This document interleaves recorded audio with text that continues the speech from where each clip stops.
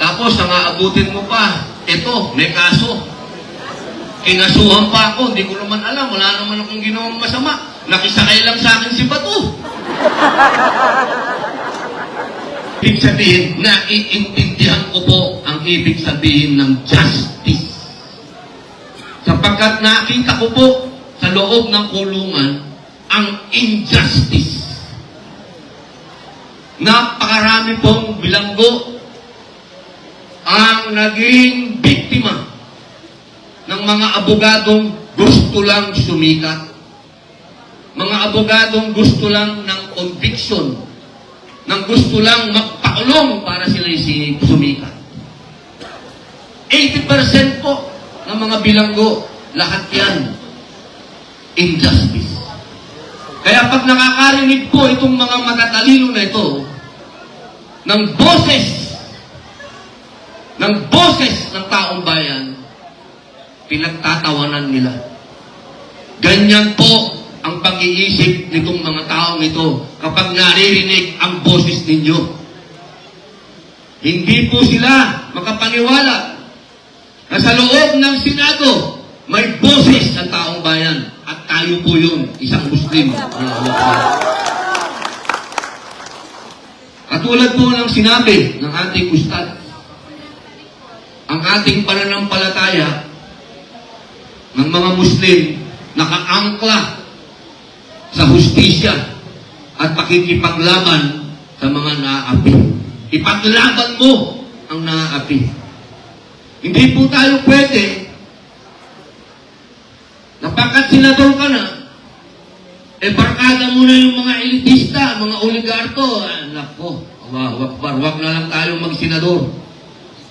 Kung inaasahan nila na ako ay makikigrupo, hindi po. Ako po ay inilagay nyo dyan, mga mahal kong kapatid, ginawa nyo po kung number 1, Allahu Akbar. Para makita ng tao ang ilaw ng Islam. Allahu Akbar. Alam nyo po, mga mahal kong kababayan, mapapansin naman nyo po yan. Noong araw, ang hirap na makapagpasa ng tungkol sa mga Muslim. Pero nung dumating po tayo, alhamdulillah, naging madali po yan. Sapagkat nakikita po nila, wala tayong yabang. Nakikita po ng mga kasama nating senador, tayo'y humble. Pero minsan, papalag. Hindi naman po pwedeng laging sila lang ang matapang. Hindi naman ibig sabihin na tayo'y magpapaapi. Allahu Akbar. Pero kadalasan, nakikita po nila sa atin na ayaw natin ng gulo. Ang gusto natin, katotohanan lang. Kaya mga kapatid, ito pong pinakita niyong suporta sa akin. Pinalalakas niyo po ang loob ko. Dahil ayaw ko na ho. Ayaw ko na ho talaga. Masyado na ho naapektuhan ang aking love life.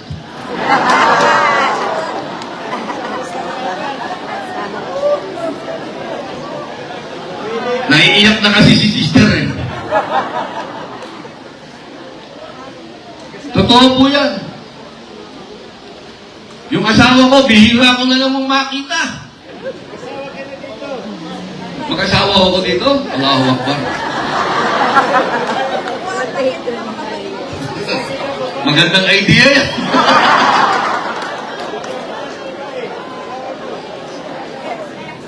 Biglang napangiti ako, brother. Namumulak, brother. Pero totoo po, alam nyo, naging konti na lang po yung panahon ko kahit sa mga anak ko.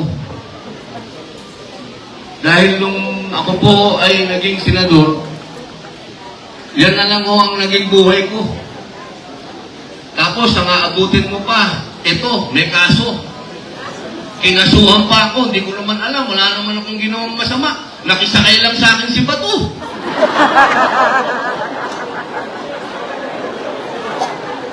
Pambira.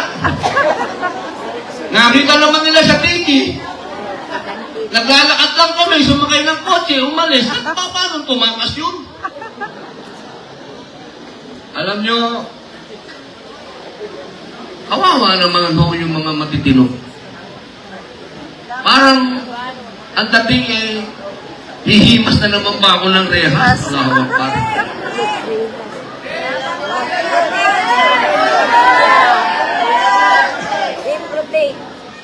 Pero alam nyo kung yan ho ang kadar ng Allah, Allahu Akbar. Tatanggapin ko po yan. Tatanggapin ko po yan. Dahil sa totoo lang, nung ako po ay nakulong, yun na po ang pinakamasayang araw sa buhay ko sapagkat araw-araw po nakakapagdasal ako. Alhamdulillah, hanggang ngayon naman, 5 times a day. Pero ang dami ko pong non-obligatory prayer na nagagawa sa kulungan. Nakakapagtahajud ka.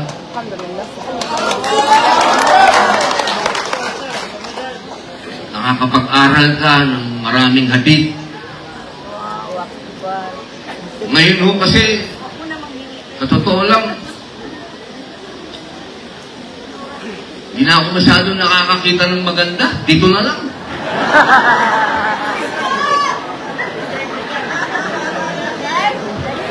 Minsan, binabalikan ko yung artista ko. Kahit paano, nung artista ko,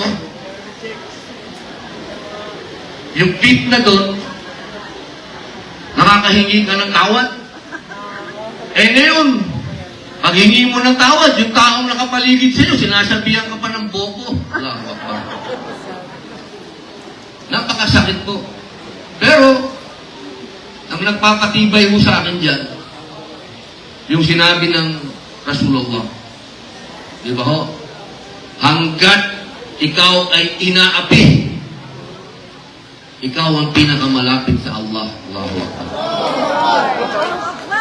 Yan po ang nakita ko ngayong araw na ito. Di naman bababa ang Allah. Kakausapin ka. Gagamitin niya ang mga kapatid mong Muslim para iparamdam sa iyo na hindi ka namin iiwan. Allahu Akbar. Pagka-chicks ang pinag-uusapan, attentive to mga ito. Itong mga batang to, Allahu Akbar. Kanina, ang ganda nung binasa nung bata, na Quran, nung umpisa. Sabi ko, kasi yan ho ang mga frustration ko eh. Gustong-gusto ko nang matuto. Ang pangarap ko po talaga maging ustads. Totoo po yan. Hindi po 4 na asawa, ha? Ustads. Totoo po yan. Hindi ko alam, ba't naging senador ako? Ang ganda po nung binasa nung bata. Sabi ko, akin na nga, ano bang sura yun? Tingnan ko, ang translation. Yung pala, patungkol yun sa wag mong hangarin ang mga kayamanan dito. Ang kapangyarihan, wala yan. Ang mahalaga, yung kalalagyan mo sa kabilang buhay. Allahu Akbar. Alam nyo, may isang kwento eh. Sorry, alas 12 na ba? Baka magbang na. Kaya 2 minutes. Last 2 minutes brought to you by Abdul Aziz. Pwede po ba magpasalamat muna ako sa last 2 minutes na ito?